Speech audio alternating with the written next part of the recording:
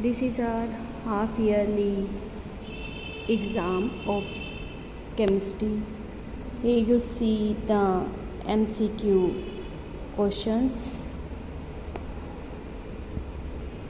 Next is these are the questions.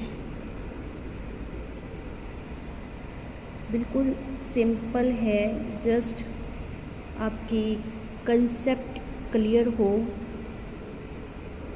और accurately आपको वो अप्लाई करनी आती हो, तो you can be master of your subject. तो अब हम देखते हैं कि इस MCQ को सॉल्व कैसे करना था। First question, you have to find out the significant figure. तो सिग्निफिकेंट फिगर का आपको रूल पता है, अगर शुरू में आपके पास 0 हो दैट इज़ नॉट काउंटेड। तो हमारे पास इन तीनों टर्म में सिग्निफिकेंट फिगर कितनी आ जाएंगे, 3। इन द सेकेंड क्वेश्चन आपने फाइंड आउट करना था that how many atoms of only oxygen are present in CO2। तो first of all we find the moles, that is 1/10 आ जाएंगे। नंबर ऑफ मोल से आपने फार्मूले को अप्लाई करके नंबर ऑफ मॉलिक्यूल कैलकुलेट करनी है। Then after number of atom calculate करनी है, बिकॉज CO2 में ऑक्सीजन 2 टाइम प्रेजेंट था, तो 2 इंटू एवोगैड्रो नंबर आप करोगे। एवोगैड्रो नंबर नहीं, नंबर ऑफ मॉलिक्यूल्स जो आई हैं, तो हमारे पास क्या आ जाएगा, number of atoms of oxygen. Next आपके पास बेरिलियम से आइसोटोपिक स्पीशीज़ का नाम पूछा गया था, तो ऑब्वियसली लिथियम आएगा। फोर्थ क्वेश्चन में लीनियर हमारे पास किस केस में मिलता है, that is CO2। Fifth question में हमारे पास स्टेबिलिटी ऑर्डर पूछा गया था विच depend upon the bond order. तो ये बॉन्ड ऑर्डर होते हैं, डायरेक्टली प्रोपोर्शनल होती है, जितना बॉन्ड ऑर्डर हाई होता है स्टेबिलिटी भी हाई होती है। So our answer is this one. In the sixth question, अगर कर इक्वेशन को हाफ से आपने मल्टीप्लाई किया है तो इक्विलिब्रियम कांस्टेंट की पावर भी हाफ आ जाएगी, means √k। In the seventh question, diamond में sp3 हाइब्रिडाइजेशन होती है, ग्रेफाइट में sp2 and ethyne that is CH triple bond CH, उसमें आपके पास sp हाइब्रिडाइजेशन होती है।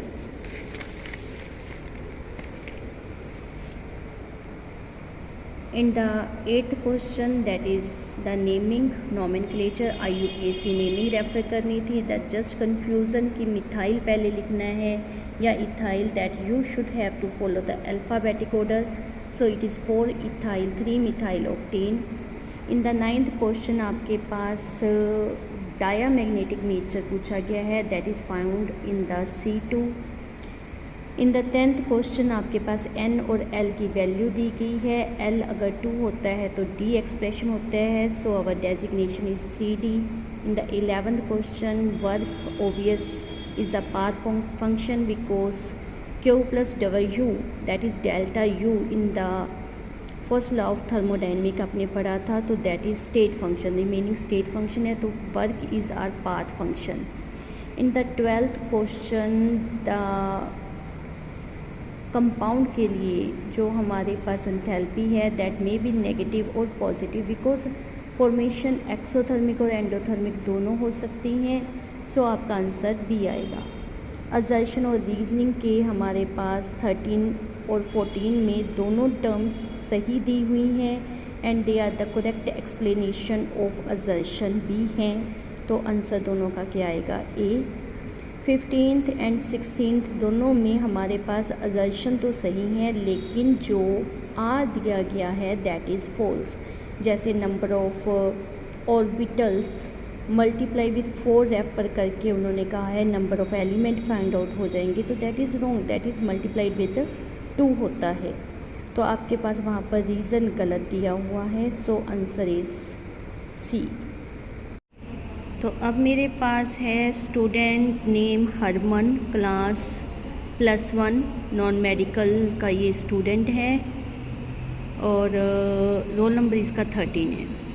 और इसके MCQ क्वेश्चंस आप देखिए, फर्स्ट 1 बिल्कुल accurate, second, third, fourth, fifth, 6th, 7th, 8th, 9th and 10th 11th 12th और 12 आउट ऑफ 12 मार्क्स इसके MCQ में से बनते हैं। This is set as a grip of subject. बहुत अच्छा, वेल डन बेटा। Next this is Lavish, roll number 17, class 11th। इसके असर्शन एंड रीजनिंग क्वेश्चन बिल्कुल एक्यूरेट है। 13th question answer A, 14 also answer A। on the next page that is 15th answer C and 16 answer C। तो इसके assertion and reasoning में से 4 out of 4 marks हैं। This is next student Pankaj of class 11th, roll number 21।